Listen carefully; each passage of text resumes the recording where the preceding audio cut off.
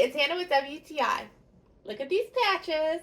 I did have holes there, but now they're all full thanks to DAP's DryDex Spackling. This stuff is incredibly easy to use. It is this pink paste, so it's nice and pretty when you put it on. Use a putty knife, fill the holes, and then you wipe off the extra with your putty knife. It fills all different kinds of holes. I had holes from old pictures. I had holes from old wall sconces. I went on a little frenzy of patching holes. It even was able to fill some patches on the corner of our closet where stuff has just hit it over the last couple years, and it kind of dinged it up. It looks really nice now. Once it turns white, it means it's dry, so there's no guessing. You just sand it down.